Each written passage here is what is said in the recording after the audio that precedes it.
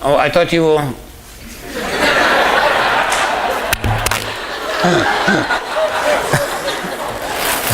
Let me help you? Yeah, please. Good morning again. We have an entire basket of questions, and so what I will do is I will simply pick some of them quickly, and this is random sampling. So I'll ask Professor Rahani to answer this one. As a small open island with limited land resources, can we develop a comparative advantage in agriculture to help replace revenues from our non-renewable resources? All right. Okay.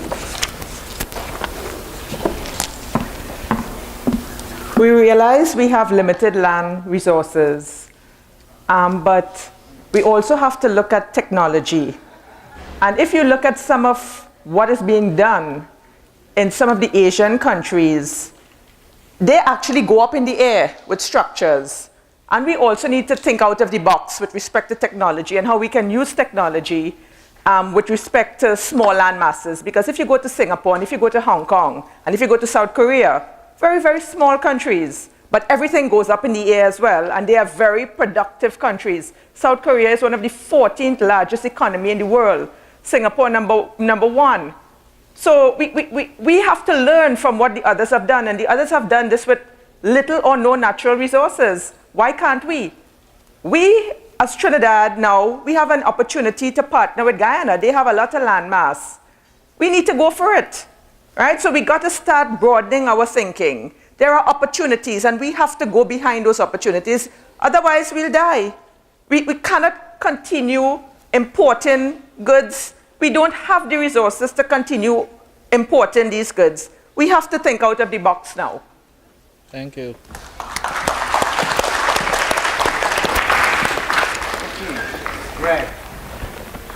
Greg from Naparima College.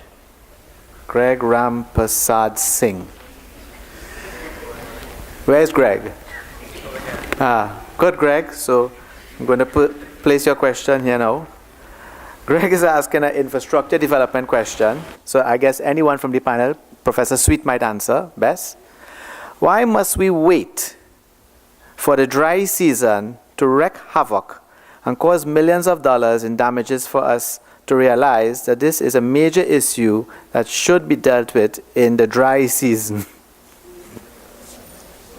Says here, flooding must first be controlled before highways can be constructed, he comments. Professor Sweet.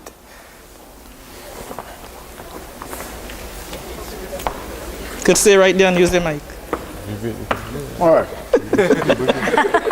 I take it there are two questions he's asking. One, he's presenting the answer already.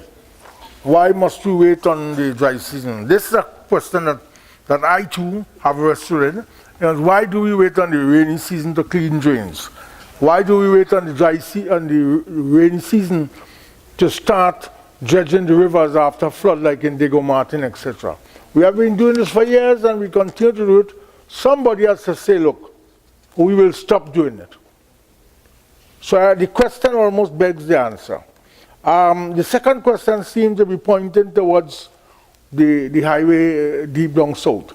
I think, and here we have a problem where some people perceive that there is going to be a worsening problem about flooding when we build highways.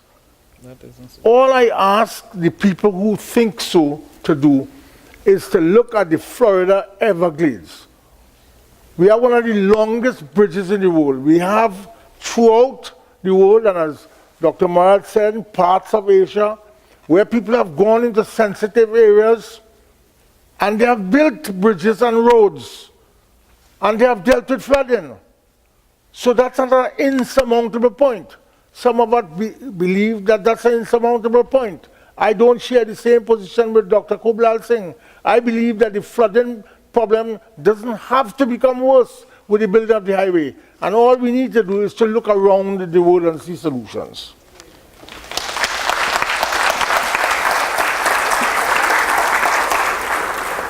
Dixian Barclay, San Fernando. Where are you? San Fernando East. West, secondary. Where is Dixian? Great Dixian. What are the qualifications needed in order to pursue a career of business or mathematics at UTT? I'll see you afterwards. Yes, UTT is the university of choice.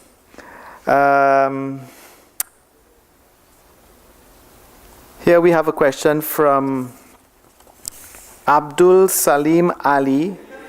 Where is Abdul Salim Ali? Raise your hand, Abdul Salim Ali. Naparima College. Abdul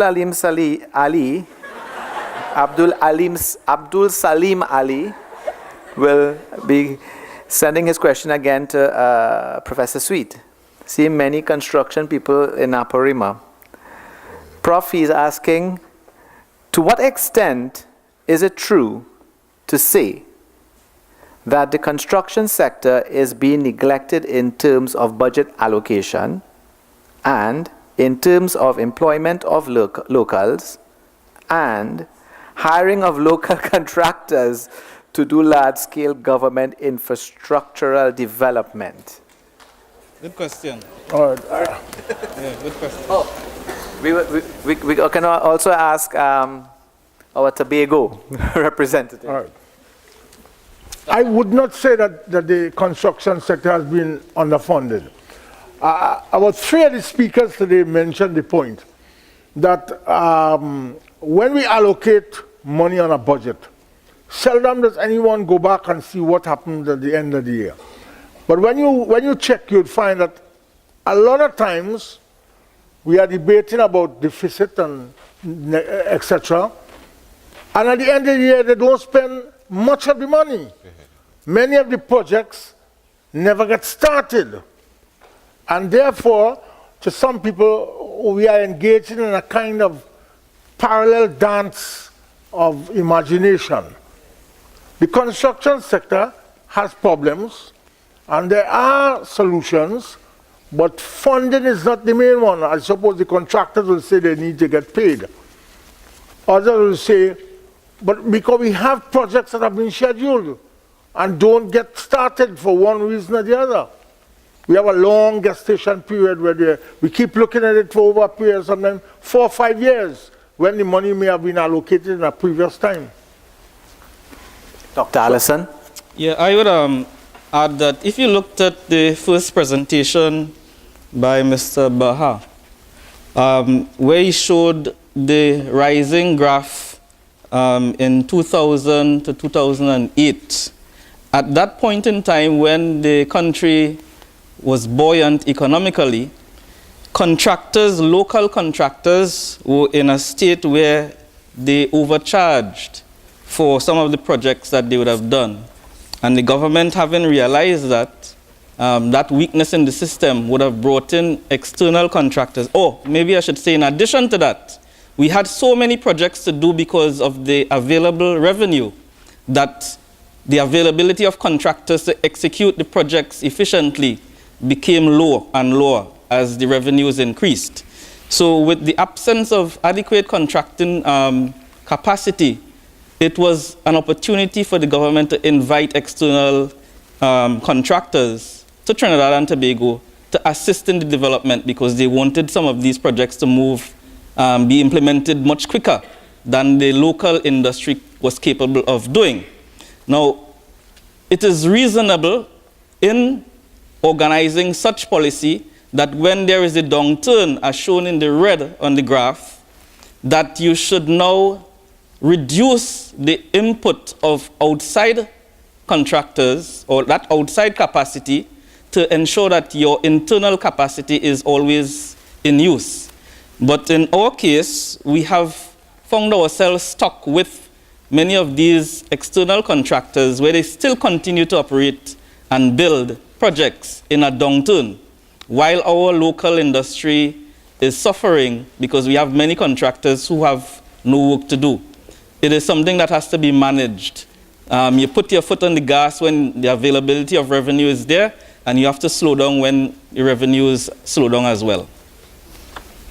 Thank you. Thank you. These questions suggest that Trinidad and Tobago is very, very safe.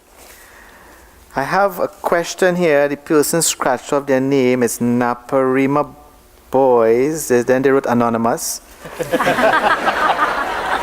He scratched off his name. But the question is very good. And I will put the question to Professor Rohani. It's 3 questions, but they're very, very good. The second question is, what is the purpose of the Farmers' Commodity Fund?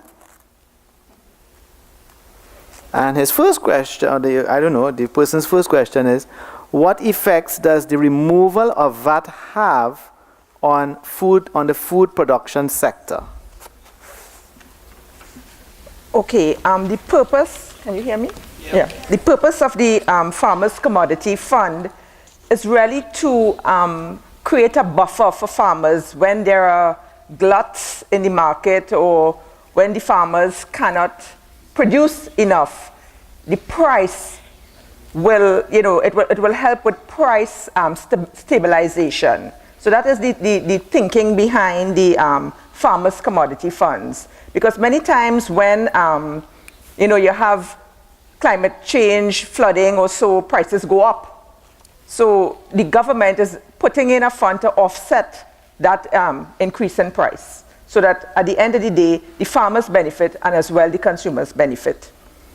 The second question was the effects on VAT on the production part of it. Yes, and I alluded to that. I myself am also very concerned because the VAT, taking the VAT off food, imported food, is not really helping the local manufacturing sector, because many of the raw material inputs that go into local manufacturing, you have to pay VAT on it. So it would be more prudent to look at taking out VAT on raw material components that go into the manufacture of the local foods, the local food product, as well as taking off VAT on the local food products to encourage local manufacturing versus just taking it off on the foreign, because at the end of the day, the local people will be at a disadvantage in terms of their manufacturing. So we got to broaden this thing and focus a little more on what are the benefits to local manufacturing versus the foreign. And we as consumers also got to think local. When we go to the grocery, look for the local product, buy local. That is going to help our industry.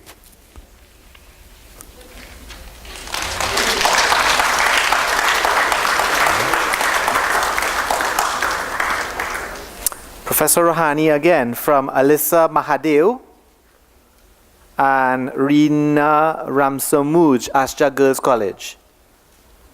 Where are you? Good. They directed this question directly to Dr. Rohani Maharaj. They ask, 1, for the students currently at secondary and the tertiary level, what are some possible plans to encourage these students to become more involved in the agriculture sector as a career path? Oh gosh, well, I love that question. You all need to come into our ECIAF program at BAF and really come to the open day and see what we're doing. We have students that are revolutionizing the agro and food industry, coming out with innovative products, healthy products. Look, just last week, we were making ice cream with cornflakes. We were making beverages for the school feeding program, nutritious beverages with pumpkin base. We were making donuts from cassava and pumpkin. There are so many opportunities in agriculture, looking at, proper genetic varieties for that don't have pest and disease, so you have abundant supply of raw material components, and then converting those into secondary processing through our programs at BAF, at the ECIAF campus. I will urge the students, and we have had our advertisement for Open Day, but you all need to come and see what we are doing, because these ideas, you can take these ideas from our incubator project. From the time you have an idea, we will work with you until we get you started as a business person, right? So it is very, for me, I am so enthused that students would want to come, because we have what it takes to show you how to transform this economy with innovative and creative products that you wouldn't even dream of yet. So please come to BAF and we will help you.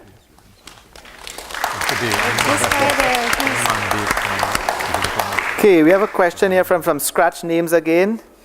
Zoe or Zio Duncan. Zed Duncan? Where is he? Where's Duncan? Duncan and your colleague, your partner in crime there? Okay, Duncan et al. They pose a question to you, to Professor Vivian from the Maritime Campus in Chagaramas. Very interesting question. They ask you, Professor Vivian, how is it possible to allow open registry, to allow the expansion of the economy? Well, with respect to, can you hear? No, I should, okay. With respect to, I'm just gonna go there. With respect to opening or I'll just go there.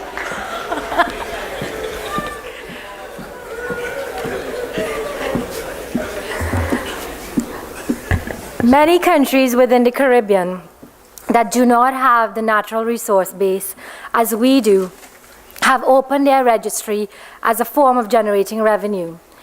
We can also compete on this market, but that competition has to be on a foundation that will attract ship owners to come to register in Trinidad and Tobago.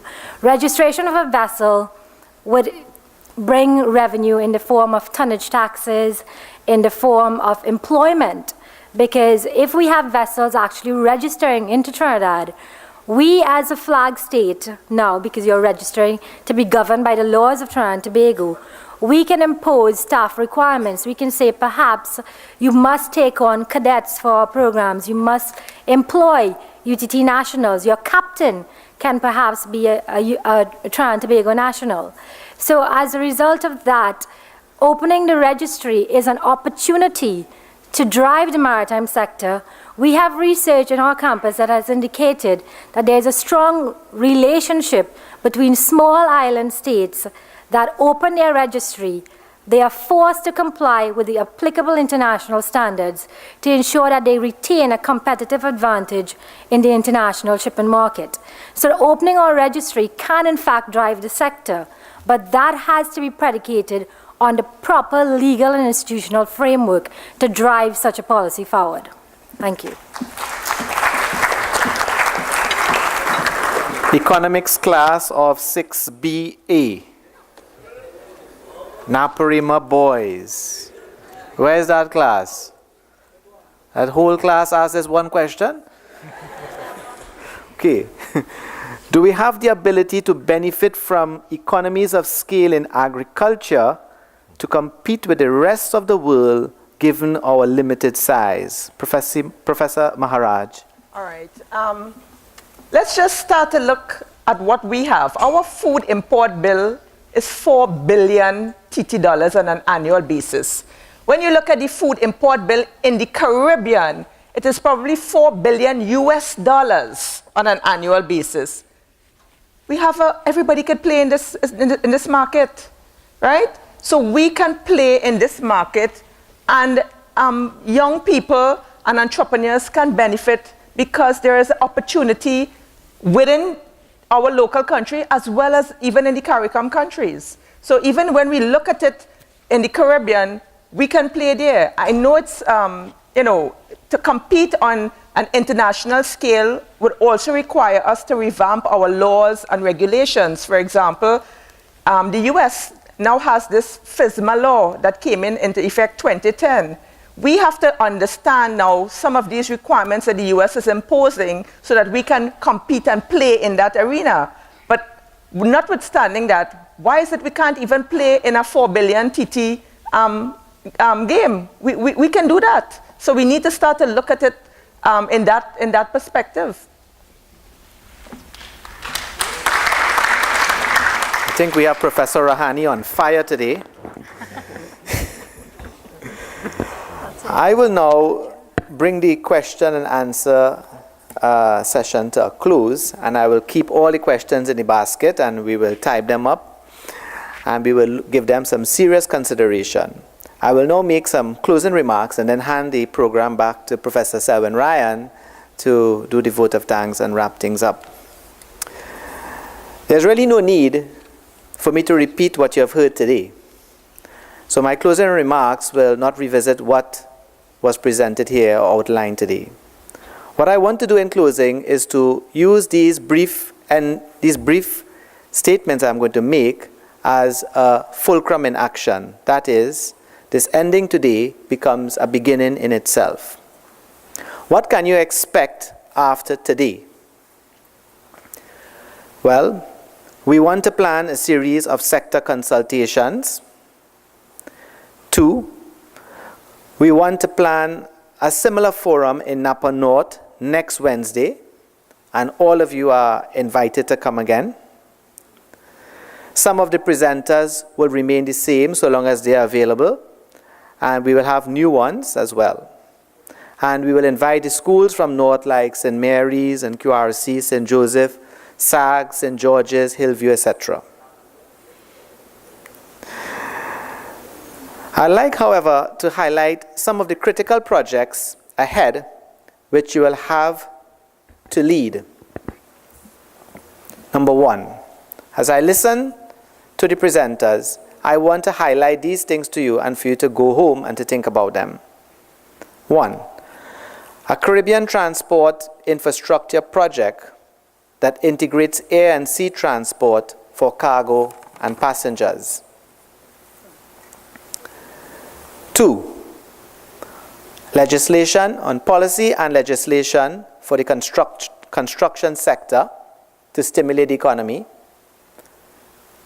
Policy and legislation to protect the energy sector. As Mr. Bahau spoke, you know there's planned a North Gateway pipeline, and that is something you should Google and take a look at and see how important it will be to have an energy policy in this part of the world, in Trinidad and Tobago. 3, what I noticed was that too few students are doing science subjects, and among the few, even fewer are passing these subjects. So there is a need for what we call a focus on STEM subjects: science, technology, engineering, and mathematics. 4, there needs to be some sort of a national research agenda, a national research framework, and an R&D policy with tax incentives to drive innovation with university and industry linkages. 5, coming out of Dr. Rahani's presentation on agriculture, I want you to think carefully about cocoa futures. She mentioned cocoa, and I'm sure many of you could become very wealthy in a short space of time if you came to study with Professor Rahani and open your own little factory and your own little business using cocoa to make soaps with cocoa butter, creams with cocoa butter, exotic chocolates and truffles with the best cocoa in the world from the Grand Couva estate here in Trinidad. 6, creative industries, as described by Mr. Jagannath. Don't think you can't do it, because right here we have Nicki Minaj,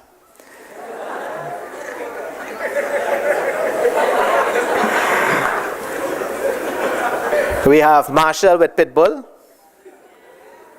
we have Minchal opening the Barcelona Olympics a few years ago, and this year I'm sure you saw the opening of the London Olympics, and all of the lighting work at the London Olympics was done with a member of staff from UTT, Mr. Benny Gomes, who did the lighting.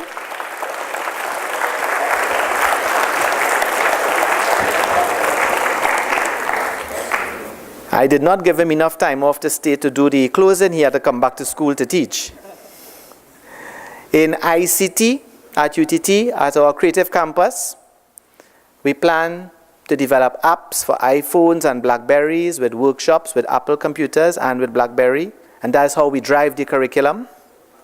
In fashion, we have our own local Alexander McQueen's on the horizon with our fashion spin-off company in Frederick Settlement, where we intend to invest in our students and set them up in business with capital from us in their own factories.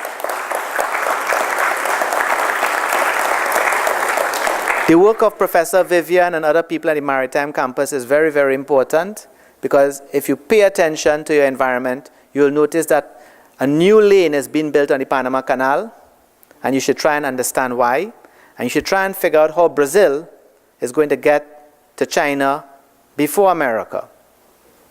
How is it possible for Brazil to get to China faster than the Americans and move goods and services? It might involve building a rail across South America. Look at all of these things carefully. And I am sure that Tobago will get its UTT campus.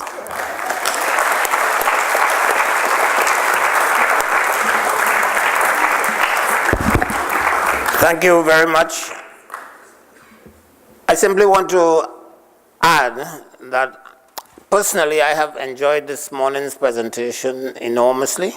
I think it was very professionally done. I also enjoyed the interaction with the students. I don't often meet students your age anymore. I meet the older ones. And I think you have some very exciting years ahead of you, and I think UTT would be a very exciting place for you to consider. So I simply want to thank the organizers of this morning's event for having the good sense to invite me down. I was not invited as a participant. I could not have made it anyway, but I thoroughly enjoyed and I learned a lot. Thank you very much.